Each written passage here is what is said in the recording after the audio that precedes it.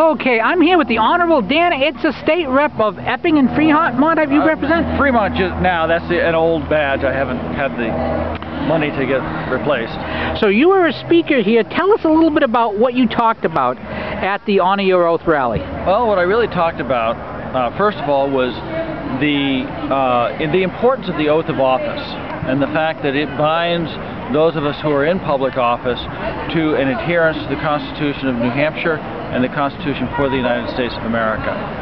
And that puts a severe restriction on what we can legitimately vote for and support. That's the nugget of the issue. And then the second thing I spoke about is the why House Bill 135, what I call the run and hide bill, is unconstitutional, in that it presumes to deprive people of a right of their right of self-defense when there is in fact no reciprocal protection by the government.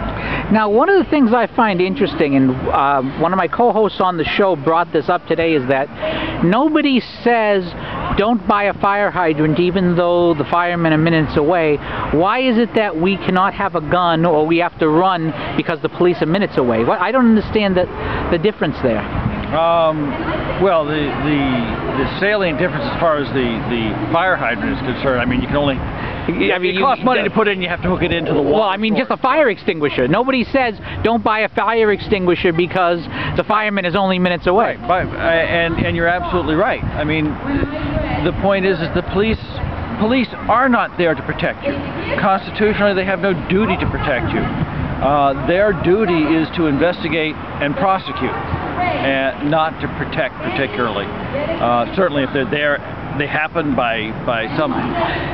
If they happen to be there, great. Yeah, they'll protect you, but the odds are they won't be there, and they can't be there in a relevant period of time. And it's not the police's fault, it's just the reality of reality. It's the reality of reality, and that's why you have the right, you have the natural right to protect yourself, and we recognize it in our Constitution. Now, to what degree is this really a cultural change where you really have two cultures, the traditional American culture and the secular culture that just doesn't recognize responsibility as it used to be? I mean, people used to be self-reliant, but now it's as if a whole chunk of the culture doesn't think it needs to take care of itself, not only in terms of guns, but in terms of all kinds of things. Well, I think that they've been taught that in large part by those in government, because if you teach people that they not to take care of themselves, they begin to believe that they can't take care of themselves. They begin to depend on you, the government, for all kinds of things. In large part, you're replacing God with government. You know, and it doesn't happen overnight. I mean, but over the course of time, instead of looking, you know, if you went back 2 generations and somebody lost their job, what would they do? They'd pray about it. They go out, try to find a job. They go to their neighbors. Their neighbors would, do you know anybody who's hiring, that type of thing? Yeah. Yeah. And now what do? They go to the government. God's out of the equation, and their neighbors are, for the most part, out of the equation. And in fact, if they go to their neighbors will say, go to the government. All right, now I want to close with one question that I always ask representatives of New Hampshire. I live in a city called Fitchburg, Massachusetts. Yes. And we have state reps who are paid, like, I think $50,000 a year.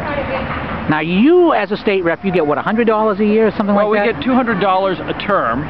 It's set in the Constitution. It was last set in 1889, I believe. And a term is 2 years, so it works out to $100 a year. Yet, somehow, I'm here in New Hampshire, the streets are all paved, I don't see people dead in the streets, I don't see bottles all over the place. How is it that you can manage to support your state on $100 a year, yet our $50,000 a year guys have to constantly raise taxes to just make anything happen?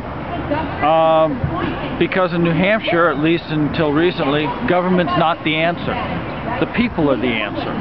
That's the best I can tell you. And it's a labor of love. Nobody is in the State House from either side of the aisle because it's a career. In fact, it's kind of an anti-career.